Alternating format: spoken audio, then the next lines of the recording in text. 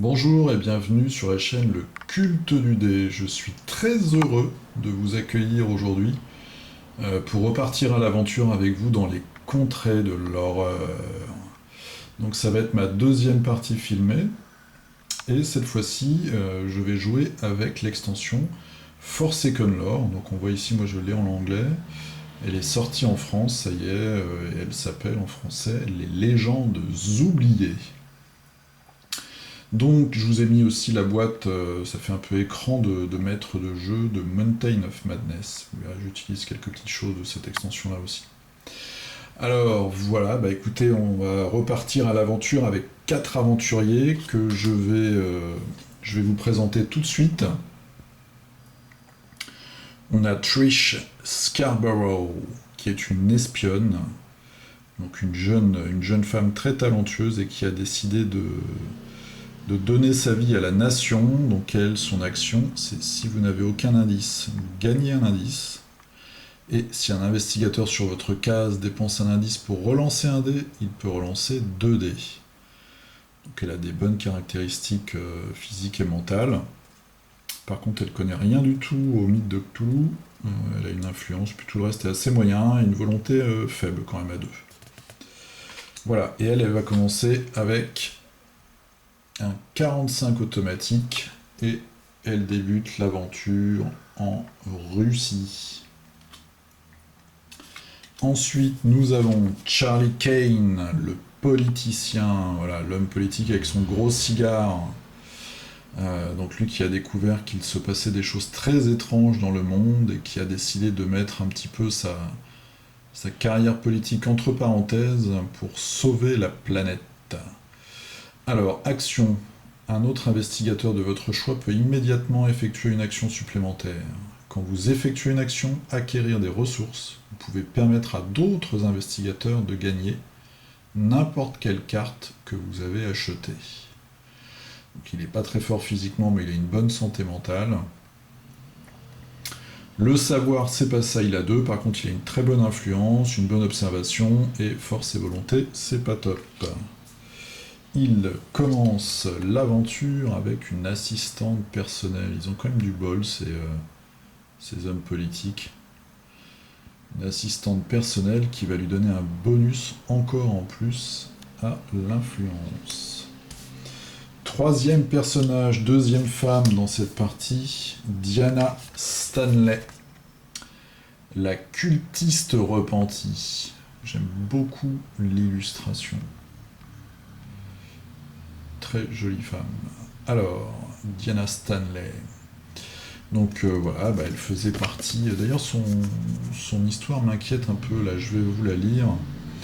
Lorsque Diana a été initiée à l'ordre du Crépuscule d'Argent, elle croyait que ce n'était rien de plus qu'une organisation communautaire. Moi aussi, je suis dans une organisation, là, le cœur de la loge. J'ai des doutes. Mais en apprenant plus sur sa vraie nature, elle s'est convaincue qu'un mal grandissant menaçait le monde. C'est un peu l'impression que ça me fait, moi. Et que le crépuscule d'argent jouerait un rôle dans cette menace. Elle pense que sa meilleure chance d'empêcher cela est d'utiliser sa position pour saboter l'organisation de l'intérieur. Alors cette jeune femme, comme action, s'il y a un monstre cultiste sur votre case, défaussez tous les monstres sur votre case ou déplacez le cultiste sur n'importe quelle autre case. C'est pratique parce qu'on va voir que les cultistes, avec notre grand ancien du jour, là, ils sont assez hostiles. Réduisez l'horreur des monstres que vous rencontrez à 1, et heureusement, parce qu'elle a une volonté de 1.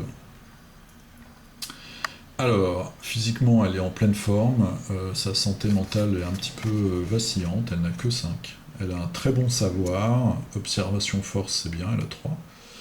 Et influence, elle a 2. Elle commence l'aventure avec un manuscrit ésotérique, on voit avec un signe des anciens. Voilà, elle gagne 1 en savoir. Et avec le sort flétrissement, donc là on voit, là c'est Wither, c'est une carte de l'extension donc.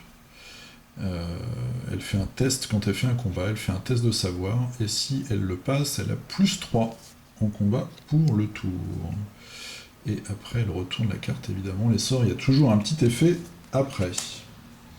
Donc au final, c'est une personne, si on fait un peu le bilan de tout ça, qui va être très très puissante pour éliminer les monstres, puisqu'elle va sûrement avoir son plus 3 en combat, ce qui va lui donner, enfin en force 6. Et elle aura toujours elle aura un dé de volonté pour un dé d'horreur de monstre. Voilà. Et enfin, je ne pouvais pas faire une deuxième partie sans lui, notre star, Leo Henderson, la star de la première session que j'avais filmée contre Shob Nigorat, donc notre patibulaire explorateur qui part à l'aventure un verre à la main et les pieds dans le tapis aussi souvent. Voilà, on va voir ce qu'il va nous faire sur cette aventure-là. Donc lui, il est spécialisé dans les étendues sauvages. Donc si on est sur une carte de nature, les investigateurs sur votre case, donc lui aussi, lance un dé supplémentaire. Et puis il a une action particulière, il peut faire un test d'influence. Si vous réussissez, vous gagnez un allié. Voilà. Et il a déjà au départ comme allié ses copains, les gros bras. Voilà. Alors maintenant on va regarder un petit peu ce qu'on a en face. Eh bien j'ai choisi le grand ancien de cette extension. Donc j'ai choisi Yig, le père des serpents. Voilà, qui est réputé comme étant pour l'instant, en l'état actuel du jeu, le grand ancien le plus difficile. Alors moi je n'ai jamais fait de partie contre lui. Donc on va bien voir. On remarque en haut à gauche là qu'il commence à 10. Donc ça peut aller très très vite je pense. Les cultistes, ils sont pas très sympas puisqu'ils empoisonnent nos aventuriers, si jamais on n'arrive pas à les neutraliser. Il a un effet sentence, on voit avec le petit météore là, donc on fait spawner un cultiste sur la case de l'expédition en cours, et s'il y a 2 monstres sur cet espace, ou plus, on fait avancer le destin de 1. Voilà, il faut résoudre 3 mystères, et si on arrive bien sûr à 0 sur l'échelle du destin, on retourne la carte. Donc, je vais vous lire le petit texte. Beaucoup savent que la punition de Yig pour ceux qui blessent, qui menacent sa progéniture est une terrible malédiction. Mais peu savent qu'il y a longtemps, le peuple serpent a trahi Yig et souffert lui-même de cette rage. Maintenant, les survivants reviennent, avides de conquête pour leur vrai maître.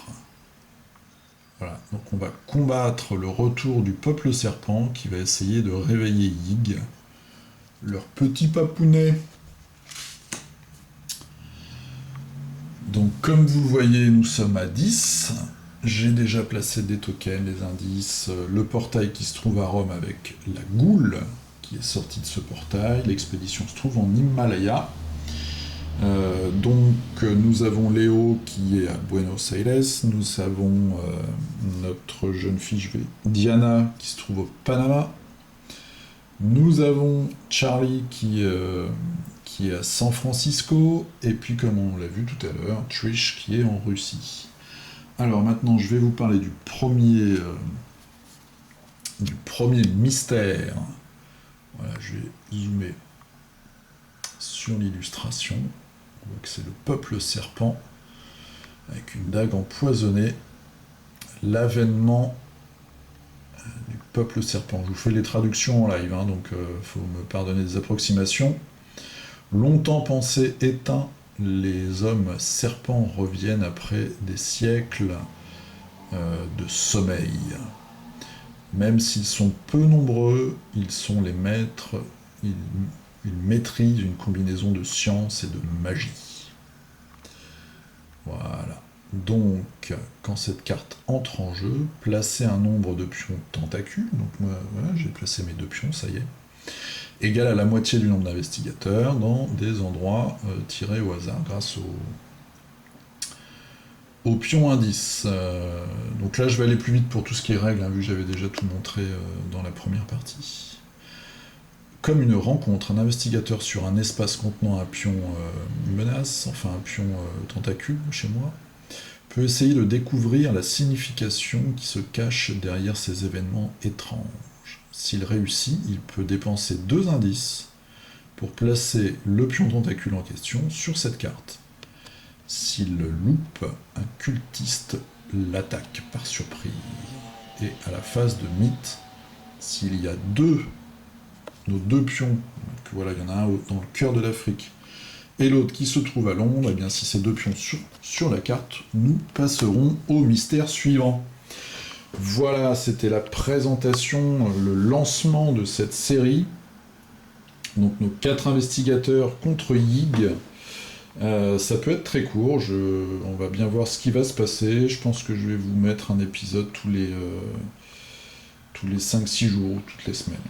Voilà, c'était la présentation de cette aventure. Je vous dis à très bientôt pour le premier tour. A plus.